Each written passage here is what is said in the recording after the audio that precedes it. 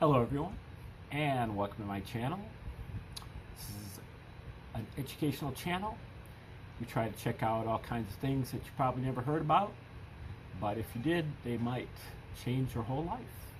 And this is our Bible Decode number 162. We've been looking at the New Testament in general. We'll get to the Old Testament a little bit later, but we've been probing the ins and outs of the Roman origins hypothesis that many authors have propagated over the last 50 years. Abelard Reuchlin, Roman Piso, Joseph Atwill, Henry Davis, Cliff Carrington, and James Valiant. And now we're looking at a new book that just came out in the last year from Michael Menasgotz, M-E-N-A-S-G-O-T-Z, and it's called Christianity's Origin as a Flavian Secrecy Cult. And the Flavians were the dynasty of Caesars who reigned in Rome, in the Roman Empire, from 69 until 96 AD. They include Emperor Vespasian and his two sons, Emperors Titus and Domitian. And the theory goes that they wrote the New Testament, or at least parts of it, at least the Gospels, as a form of psychological warfare or a psychological operation against the Jews, who they had just gotten done slaughtering in a war called the Jewish War, or War of the Jews, from 66 until 73 AD. Both Vespasian and Titus were military commanders in that war, and they were both wounded in the war and came back to Rome and, pondered it over, recognized that the Jews had been a big pain in the side of the Romans for over 100 years now, since the Romans pulled into Judea in 63 BC. Constant revolts, uprisings, revolutions, riots, and wars that the Jews would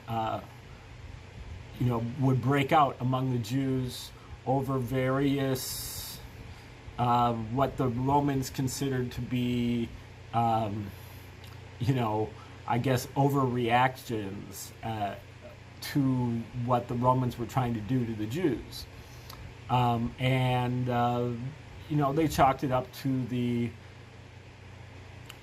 monotheistic God who has chosen people, and the monotheistic God was jealous and zealous, and also OCD, and with a smoking addiction to animal fat, and insecure, and had the Jews doing, I believe the number is like 613 different rituals that they, had to abide by as part of their, Levitical, Deuteronomical laws. And,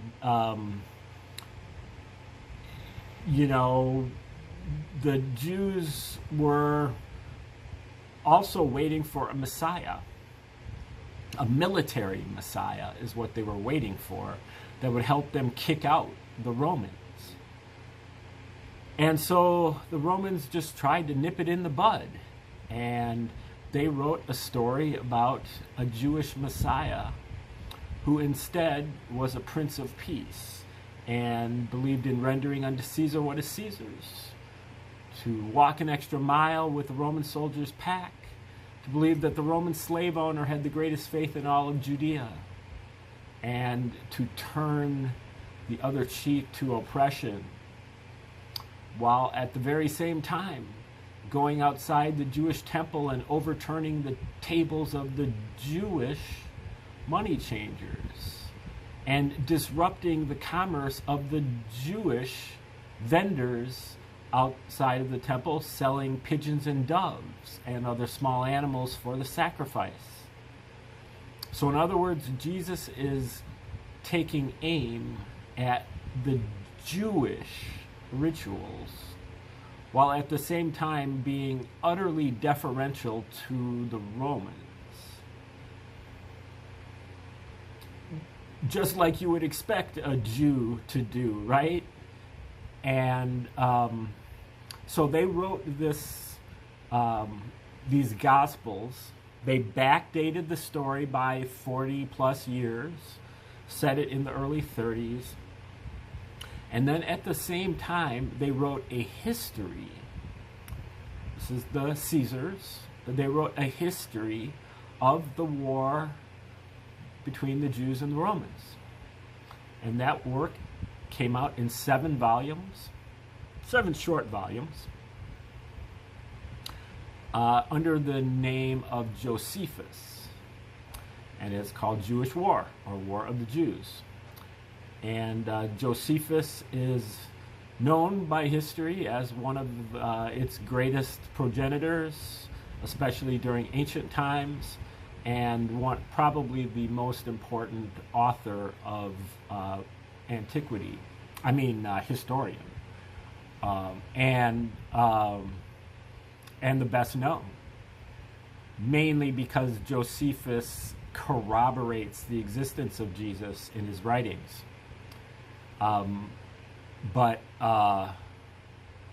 if you actually don't just cite Josephus as corroborating the Gospels, but if you actually read Josephus, it serves as very strong evidence against the existence of Jesus, because you can tell that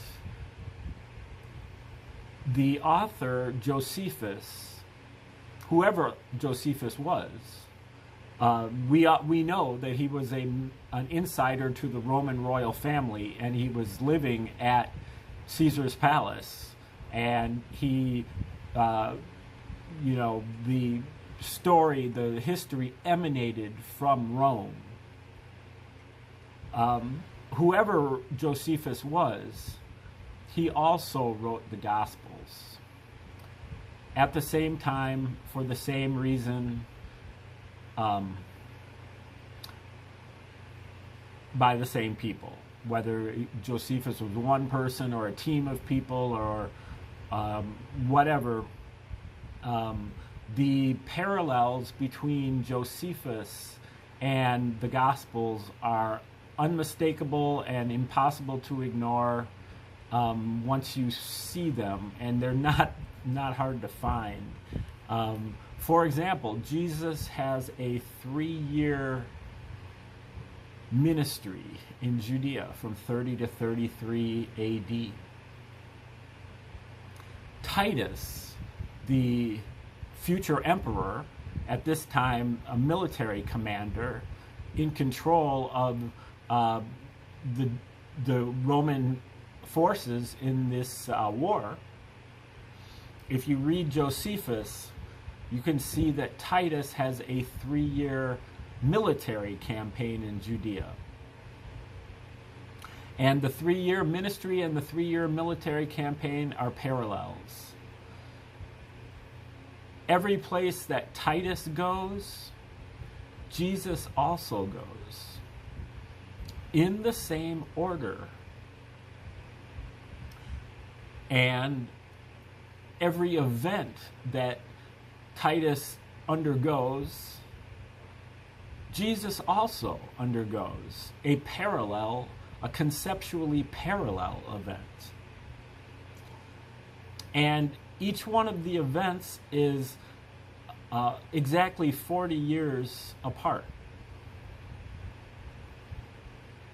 So the Jesus story is a mirror of the story of Titus, the history of Titus. And we're not just talking about a couple of events. We're talking about a list of over 40 separate events that are all in the same order in both books.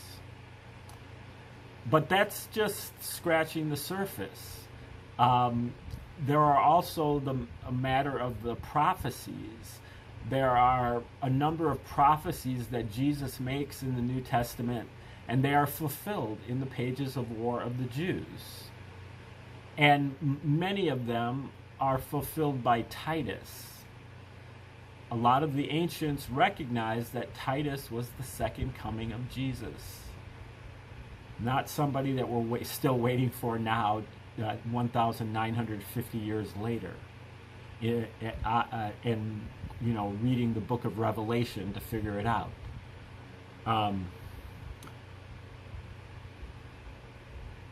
Now, Michael Menasgotz, for his contribution, because most of this is coming from the book Caesar's Messiah from Joseph Atwill. It came out in 2005. The Flavian Signature Edition came out in 2010. And this is where he goes through this long series of events, of conceptually parallel events occurring in the same order, exactly 40 years apart. But Menasgotz looks for other parallels, in addition to those, out of the book of Luke. And he located over 250 parallels just in the book of Luke. Luke is only 24 chapters. That's over 10 per chapter, meaning that the book of Luke is thoroughly saturated with parallels from War of the Jews.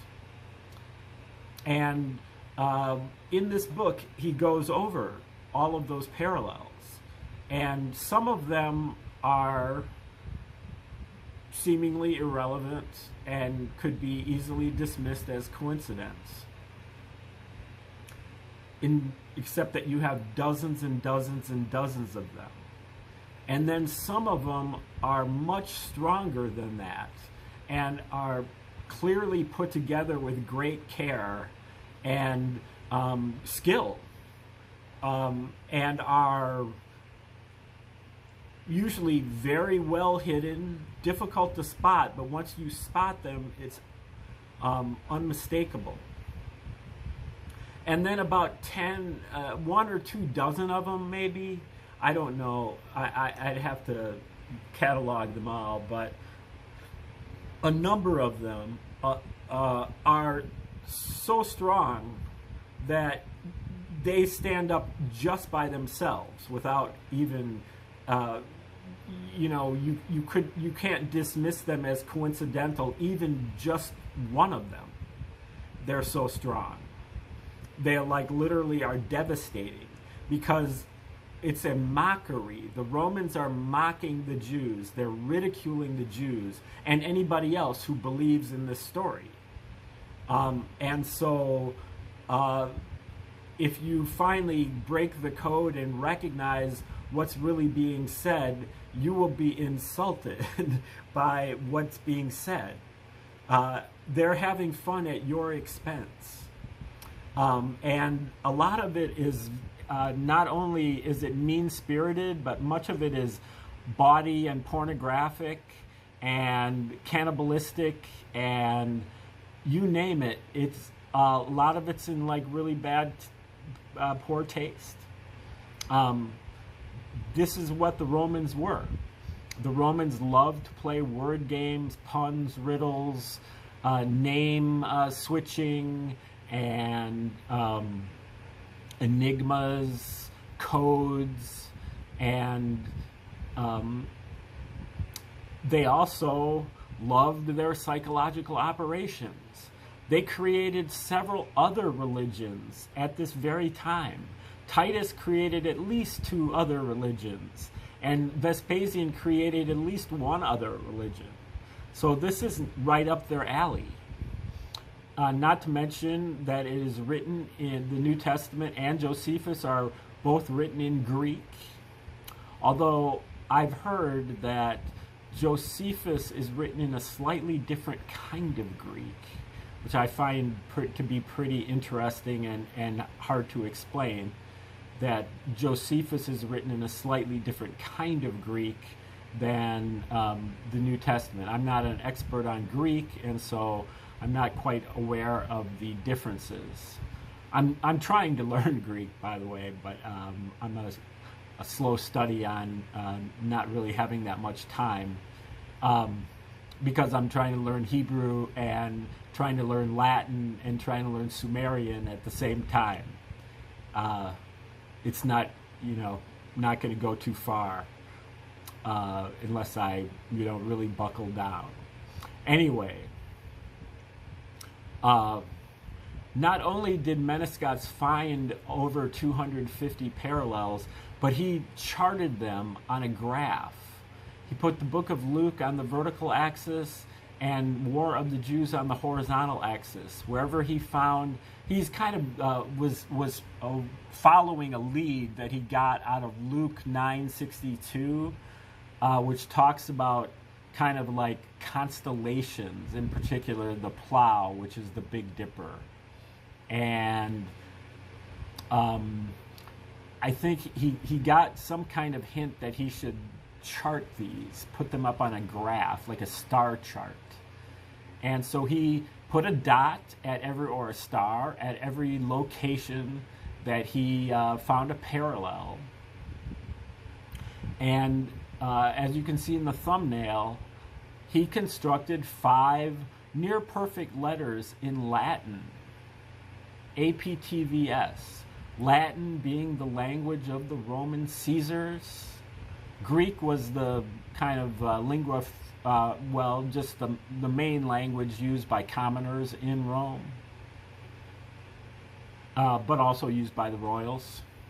But the Latin was really the elite language, whereas in Judea, Greek was much more rare, and Latin was unheard of.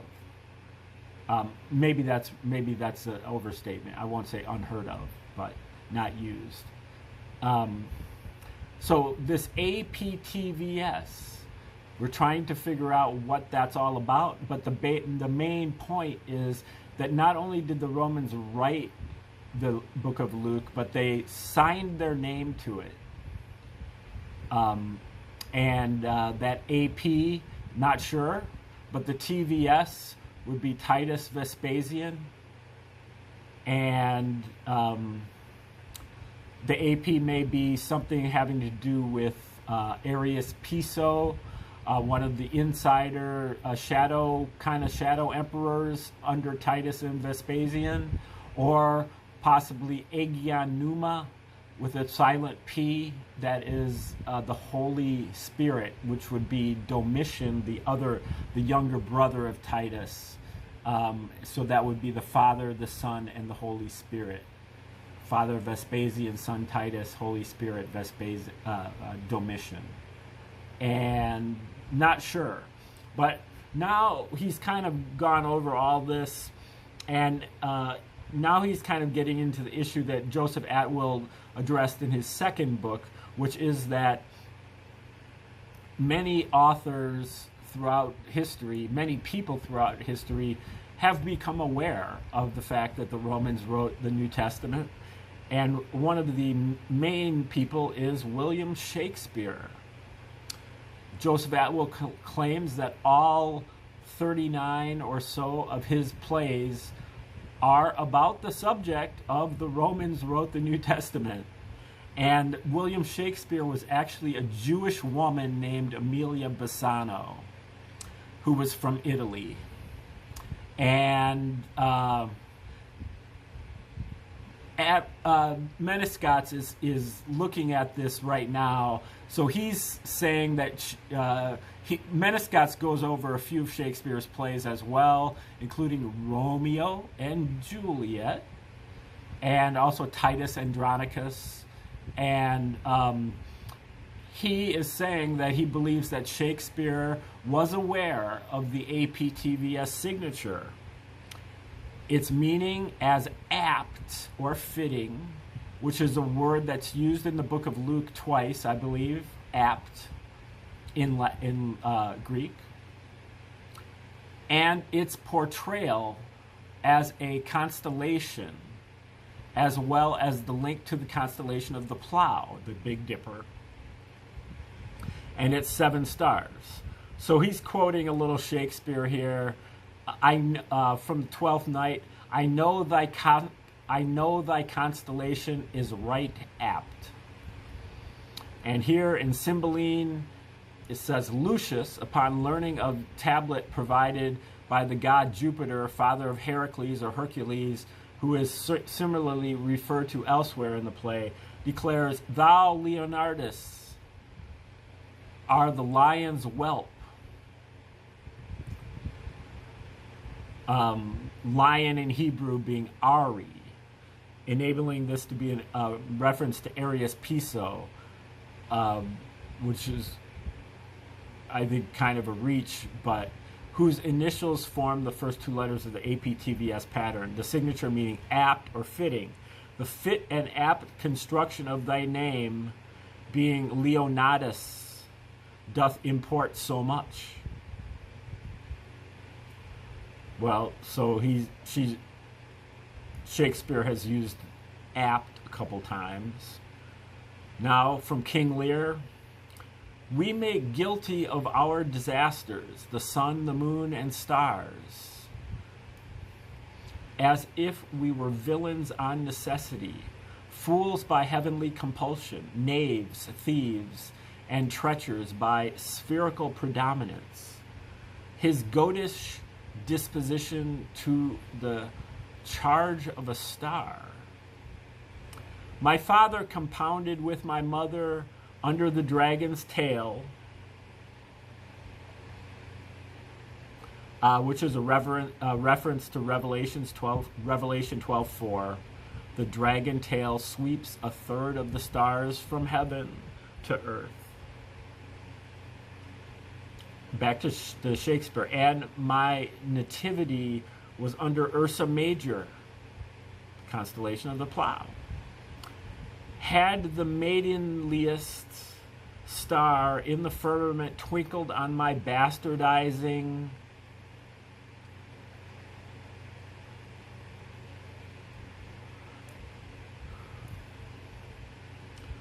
okay, now this is also from King Lear. It's from The Fool. The asses are gone, thy asses are gone about 'em. The reason why the 7 stars are no more than 7 is a pretty reason.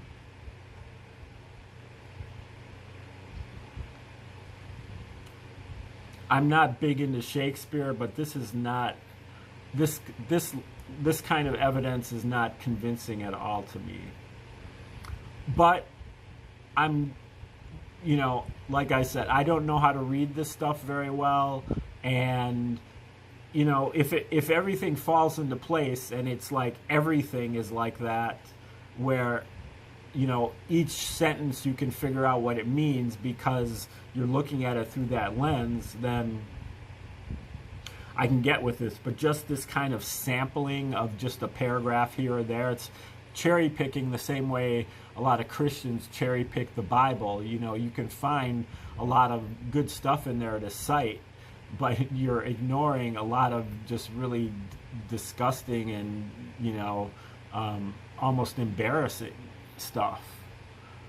Okay, this is from Juliet. Gallop apace, you fiery-footed steeds, toward Phoebus's lodging. Such a wagoner as Phaethon would whip you into the west. When my Romeo dies, take him and cut him out in little stars, and he will make the face of heaven so fine. She brings news, and every tongue that speaks, but Romeo's name speaks heavenly eloquence. Now, according to Atwill, Shakespeare, who's really Amelia Bassano, is a Jew who is basically, the works of William Shakespeare are basically a counterattack to the Gospels. So the Gospels were written by the Romans at the expense of the Jews. The works of Shakespeare are written by the Jews at the expense of the Gentiles, or Romans. So Amelia Bassano is trying to fight back here with the New Testament. Okay, this next one is also from Romeo and Juliet, which references the myth of Phaethon, who took charge of the chariot carrying the sun across the sky, and how, when the horses left the usual path, and the cool stars of Ursa Major and Ursa Minor grew hot for the first time,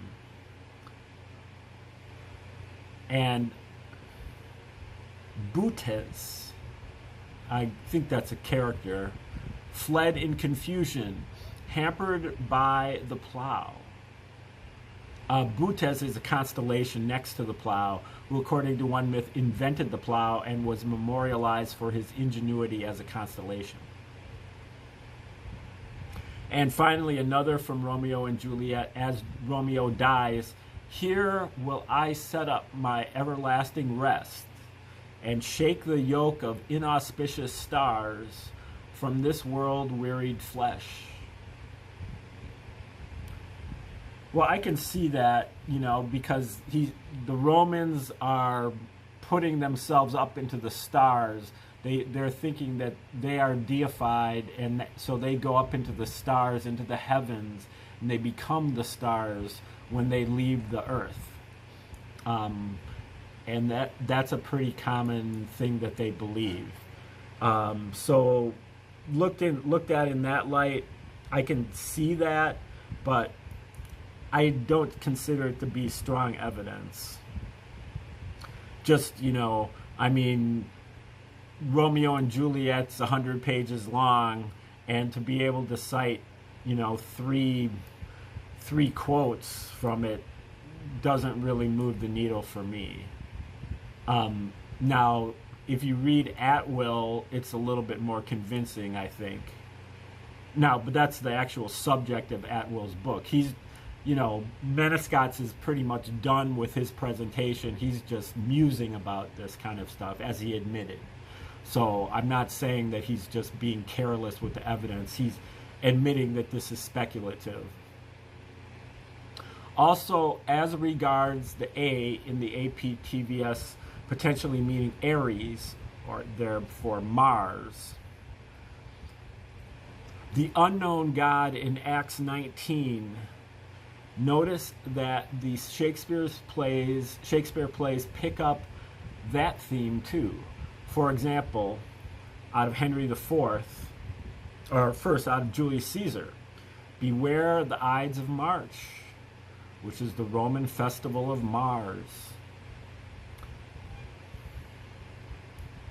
That doesn't do it for me. And this is from Henry IV. "Whose hot incursions and great name in arms holds from all soldiers chief majority and military title, capital through all the kingdoms that acknowledge Christ.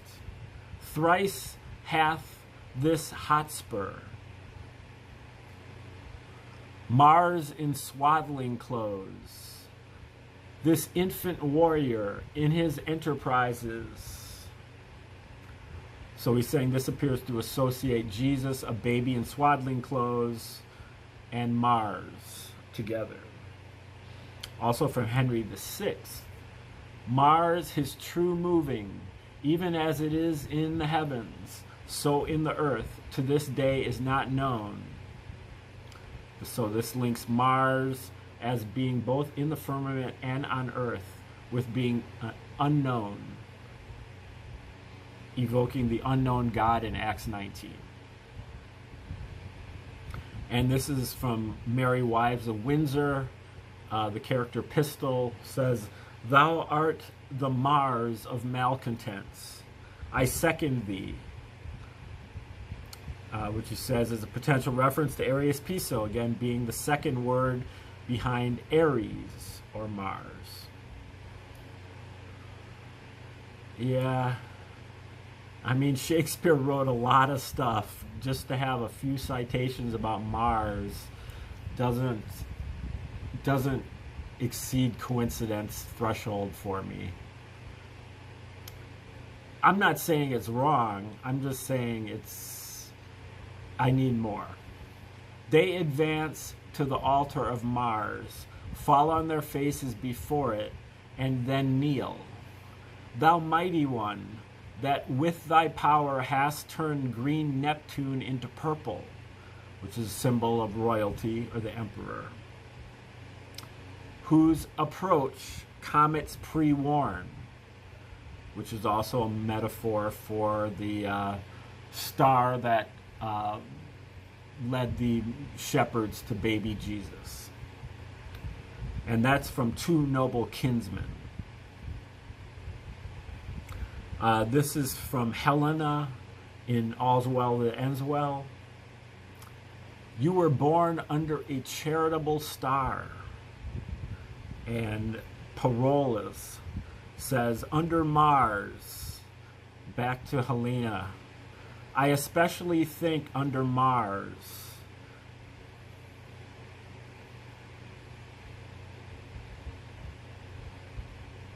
And two other names for Mars are Martius and March. March being the month of Mars. So it should be no surprise that we find Martius and March even in the characters themselves. So in character Marcius Caius Coriolanus, central character in Coriolanus, the character young Marcius, which is boy Coriolanus, the character Marcius, the son of Titus and Titus Andronicus, which I would say that's kind of convincing because you have a Titus and you have a Marcius. And the character, the Earl of March in Henry IV, and then also the character Marchionus Dorset in Henry VIII. I don't claim to definitely show here that Shakespeare's plays are talking in code about the parallels between Luke and Jewish war, partly since the evidence required to show this would fill another book or two. However, I will suggest that once you are very familiar with the parallels between Luke and Jewish war, a hidden meaning becomes apparent throughout the text of many of Shakespeare's plays, which is invisible to those who are not familiar with them.